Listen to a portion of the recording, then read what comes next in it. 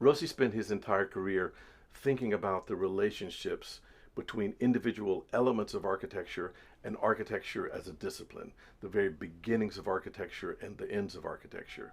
And he spent his career exploring the relationship between architectural practice on a kind of everyday level and architecture as a theoretical intellectual project.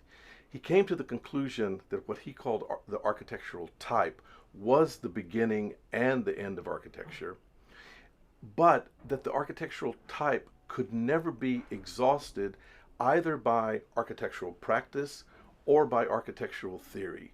That the type, this unavailable but real object that both generated and sort of became the reference for all of architecture, was itself inaccessible and inexhaustible.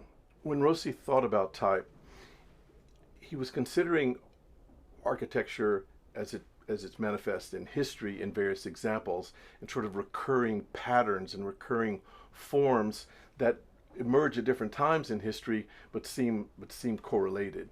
But he was also thinking about architecture in the city. For him, the architectural elements constitute the city, but at the same time, the city is this kind of determinate matrix or fabrics that bring the elements into being.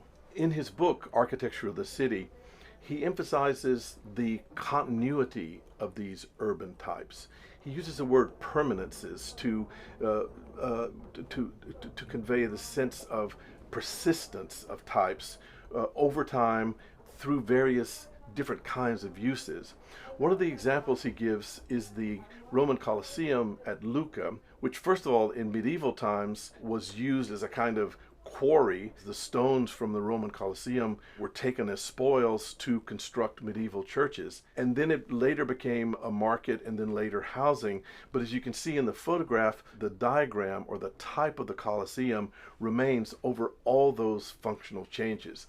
This is an example of what Rossi calls a propelling permanence. The form remains, but it carries us through changes in history, changes in function, and even changes in the way that the Colosseum is inhabited. In his own work, the idea of architectural type and its relationship to city can best be seen in his most famous project, which is a cemetery, the cemetery of San Cataldo in Modena, for which he won the competition in 1971. The site for the cemetery is exactly adjacent to an existing 19th century cemetery by Cesare Costa. In between Rossi Cemetery and Costa Cemetery is a much smaller Jewish cemetery, and so the three cemeteries together make up this set. Rossi Cemetery is almost exactly the same size and shape as Costa's cemetery. It's about 325 by 175 meters. It's surrounded by a two-story wall, which later was changed to 3 stories. You can enter it at either the south gate or the north gate. Along this north-south axis, Rossi places 3 distinct architectural types.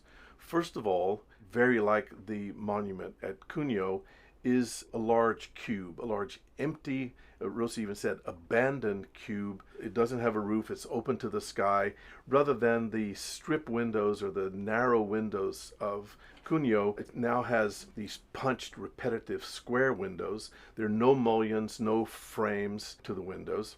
If we continue along the axis, we confront another feature that's triangular shaped in plan, but consists of vertical rectangular slabs that increase in height as they decrease in width. These would be the ossuaries, which would house the remains of the body, and we can walk through those ossuaries along the axis until we finally come to the third feature, which is a large truncated cone.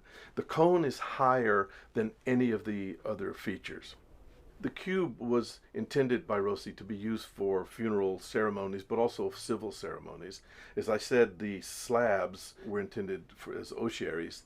And then the top part of the cone is a chapel, but then in a room at the bottom part of the cone would be a place for the ashes, for the remains of the indigent.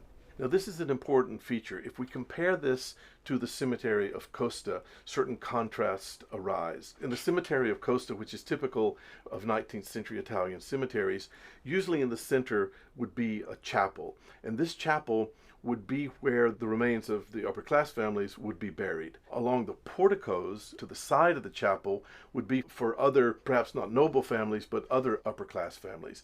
And the indigent, who may not have been even known or who may not have had families, would be placed in the earth. But of course, the graves of the earth filled up very, very quickly, and it was allowed that every 8 years the bones could be taken out and put in a common grave. So Rossi, in a way, has reversed that hierarchy. The truncated cone, which is higher than any other feature, now houses the remains of the indigent, and exactly along the axis, along that central axis, where previously the noble families and the upper class would have been buried. And I think that contrast is very intentional and very sharp. The walls around the cemetery are very, very stark. Again, they have openings without muntins or mullions or window frames. It reminds you of some of the German architect Ludwig Hilbersheimer's work, except that Rossi places a kind of sharply, steeply pitched triangular roof on top of these otherwise austere walls.